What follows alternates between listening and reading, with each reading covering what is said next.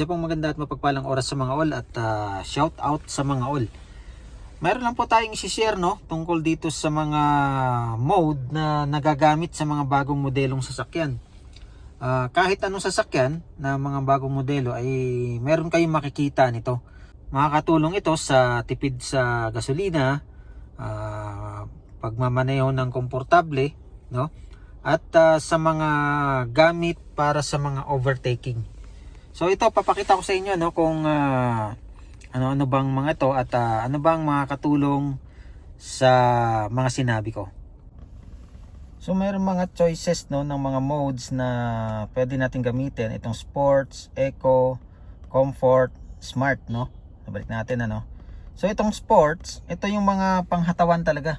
Ayun, nakipagkarera ka or gusto mong humataw sa kalye yan ang gagamitin mo. Ilalagay mo lang doon sa sport dito sa taas. Yan, sport, at pwede mo nang ihataw at maganda talaga ang kanyang performance dahil tumataas yung RPM niya. So talagang humaharurot ka rito Dito naman sa next is eco. So dito sa eco, ito makakatulong ito sa tipid sa gasolina, lalong-lalo na kung sa city driving lang.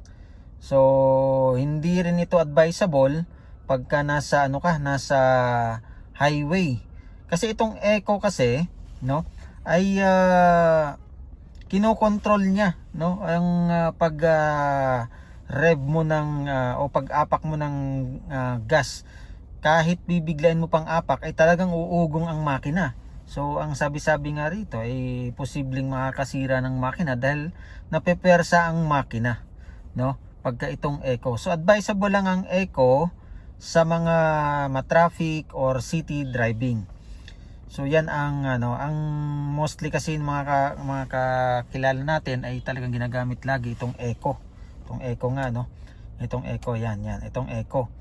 So dahil nga sabi matipid. Tama nga naman, matipid nga naman talaga yan. Pero kung sa highway ay hindi po siya advisable. Lalo na kung tumatakbo ka ng 80 pataas Kasi sa 80 pataas ay medyo kailangan mong apakan ang gas mo para ma-maintain mo yung speed mo pag nasa highway. Ngayon ang sunod natin is yung kanina eco, ba din ito comfort. Ito maganda itong comfort na ito dahil nga pagka ikaw ay mag-increase ng speed ay hindi mo siya gaanong mararamdaman hindi mo siya gaanong mararamdaman yung pagbilis. Kumbaga smooth ang pagbilis ng sasakyan. So advisable ito kaya siguro nga tinawag na comfort para komportable ang pag-increase mo ng speed pag nag-overtake ka. Kaya siguro ito comfort ang tawag. So medyo mas gusto natin gamitin itong comfort na ito lalo na sa highway. Kahit nga sa sa city driving ay maganda rin siya.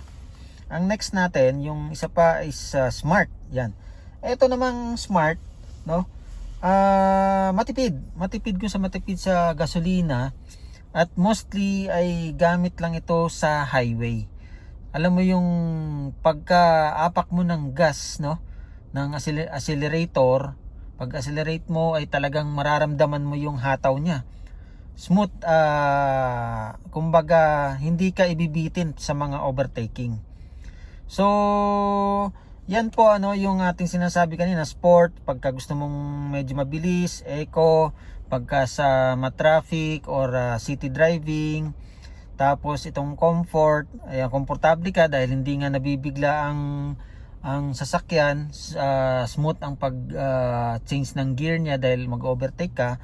At ito namang smart ay panghatawan din ito pang highway. Pero napansin ko dito tipid din talaga sa gasolina dahil malambot ang pag shift niya at pag ang apak mo ng gas ay kahit konti lang ay humahataw ka agad.